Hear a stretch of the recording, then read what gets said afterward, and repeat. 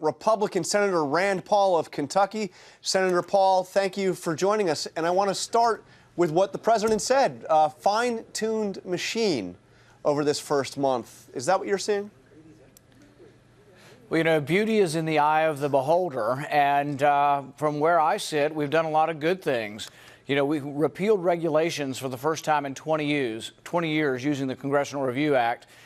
3 regulations that were going to cost the economy hundreds of millions of dollars and tens of thousands of jobs. That is big progress. We're on schedule to repeal Obamacare. Big progress. His cabinet picks, from a conservative point of view, have exceeded my expectations. I think Scott Pruitt's going to be great at EPA. I think we're really going to do some conservative things. Supreme Court Justice, somebody I could have picked. So I'm actually very, very pleased with where we are. Now, part of the kind of chaos theory stems from the president's words, what he said. I want to play something he said last night at his rally. You look at what's happening last night in Sweden. Sweden. Who would believe this? Sweden. They took in large numbers. They're having problems like they never thought possible. Now, that was in a riff where he was talking about terror attacks. So we scrubbed the record, scrubbed news reports out of Sweden. Do you have any idea what he was talking about?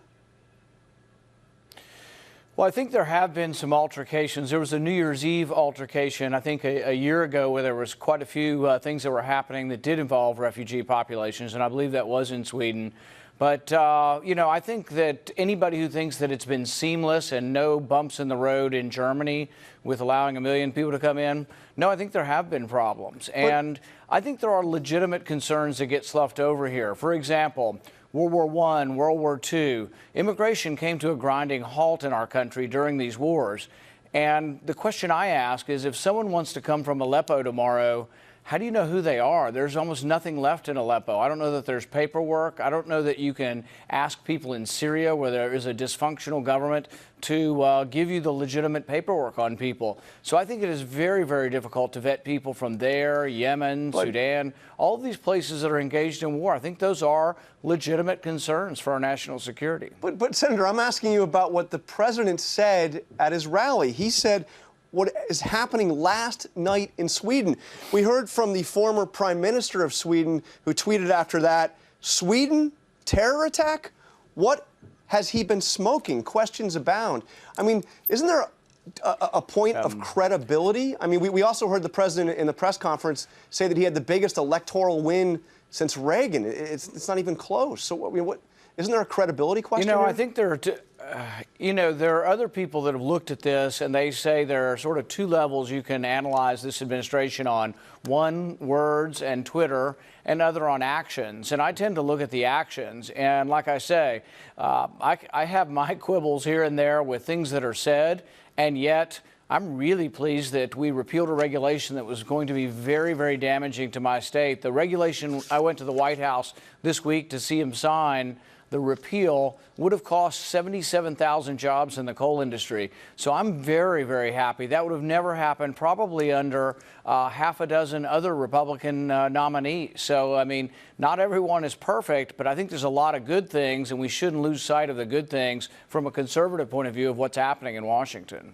No doubt. But I want to play something that you said a year ago, January. Now, obviously, at this point, you were running against Donald Trump. So you were in a different position. But I want to play something you said on the nightly show with Larry Wilmore. What worries me most about Trump, other than all the other crazy things, is that I believe that he wants power. And I believe, from my point of view, that power corrupts, and that the whole purpose of our founding fathers and our country was to contain power. So when you listen to the press conference on Thursday, and when you hear his attacks on the judiciary, and you hear his attacks on the press, do you still have any of those concerns? You know, I have a great deal of concern for any president and the amount of power they accumulate versus Congress. So I'm a stickler about the idea of separation of powers. When you go back to James Madison, and he said we would pit ambition against ambition to try to check and keep things in balance, I think that's incredibly important. And I think all presidents have tried to gain too much power. But this is more about the words and the personality of President Trump. I was very, very concerned about President Obama and how much executive order and how much executive legislative power he tried to exert. But I think I want to be, and I think Congress will be, a check on any executive, Republican or Democrat, that tries to grasp too much power. And really, a lot of the fault is not only presidents trying to take too much power, it's Congress giving up too much power. We write only skeletons of bills, sort of outline of bills. Even Obamacare was just sort of an outline, 2,700-page outline. Then we sent it up there, and the rest of it's written by bureaucrats, the permanent bureaucratic state.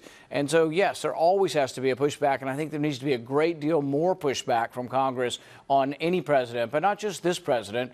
I think probably 100 years where the presidents have been usurping too much power. And I think it's fair to say that you are second to none in the Senate when it comes to fighting for civil liberties. So let me ask you about specifically what he is saying about the press. He is saying now that the news media is the enemy of the American people. You agree with that? It's not something that I would say. I would say that there is bias, and I think it's fair to point out that there is bias in the media on both sides, both right and left, and that it's very hard to find objective news because we've gotten, particularly as you watch cable news, it's so dominated by opinion. And we are more polarized, and some of that comes from the people and some of that comes from the media. But I would say that I don't see in his criticism somehow, people think that the separation of powers means that the president can't criticize the judiciary. No, it has nothing to do with that. That's more of sort of political sensibilities, but has nothing to do with the Constitution or separation of powers. We don't like it. We may say it sort of treads on things, but the separation of powers is about legislative powers. It isn't about discussion or words. So I would separate, once again, words from actual real legislative action. If someone tries to put limits on the press, I'll be the first one standing up for the right of press, left and right, to continue saying and being part of the discussion and forwarding the discussion. What do you make of McCain's statement that we're creeping towards a situation where people are potentially supportive of dictatorship in this country? Is that over the top, or is there a concern? I think Senator McCain's perspective is colored by his disagreements with President Trump on foreign policy. If I were to look at foreign policy, I would say John McCain's been wrong on just about everything over the last 4 decades.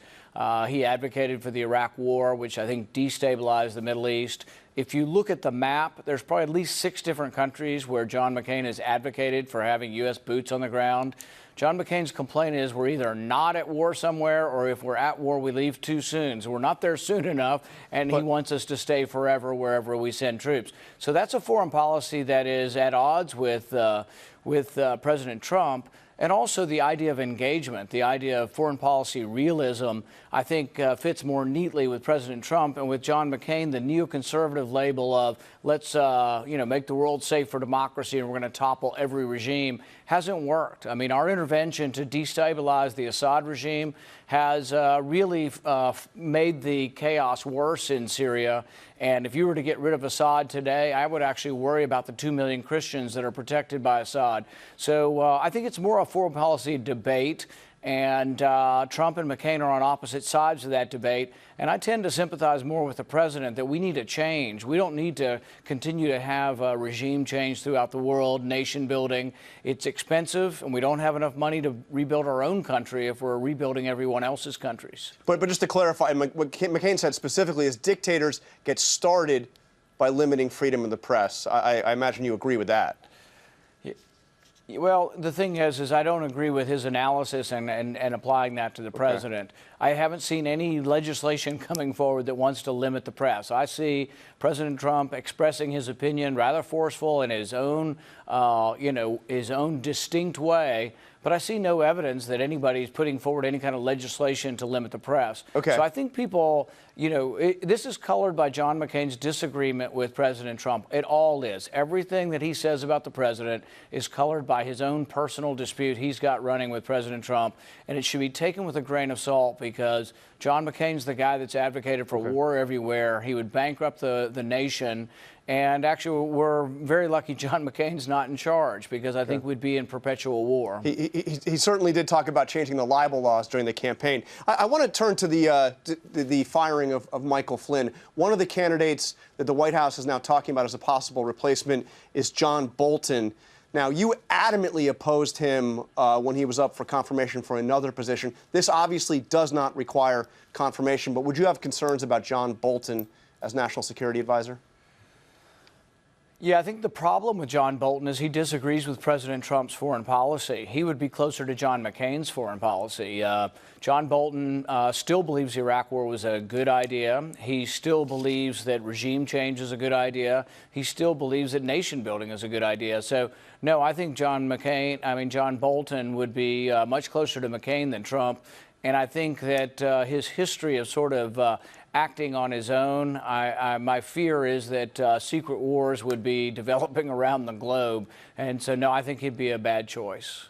Okay, let's turn to Obamacare. You tweeted back in January that the president, quote, fully supports my plan to replace Obamacare the same day we repeal it.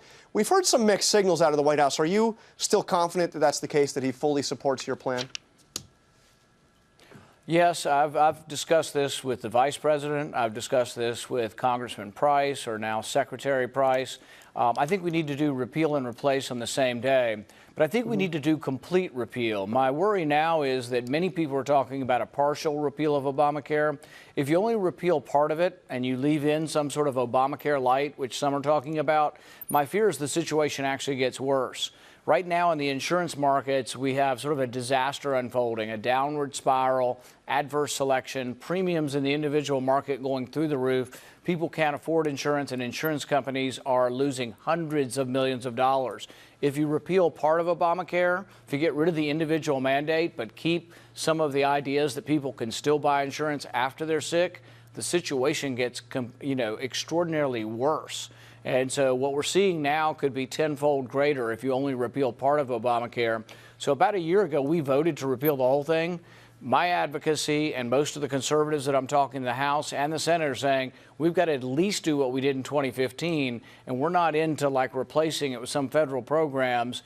We want to repeal the whole thing and then have a replacement that helps to lower insurance costs for everybody. And are you convinced that the White House is on board with that? I mean, the president said there'd be a plan in March, but he's also talked about, maybe this would take more than a year to unfold.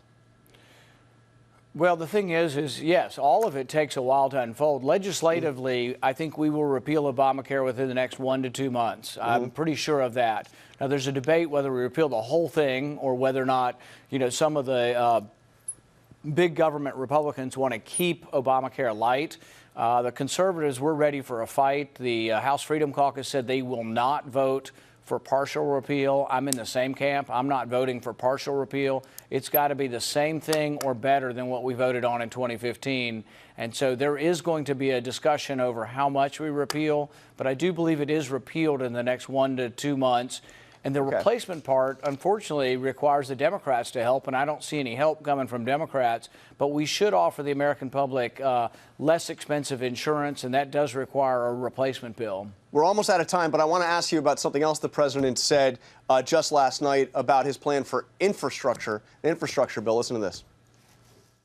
We need members of both parties to join hands and work with us to pass a $1 trillion infrastructure plan to build new roads and bridges and airports and tunnels and highways and railways all across our great nation. Okay, now I know you have a plan that would bring back through repatriation stuff that's money that's held overseas. It would fund road repair maybe to the tune of $100 or $200 billion over 5 years. What's your take on a $1 trillion infrastructure plan? Would you stand up and stop that?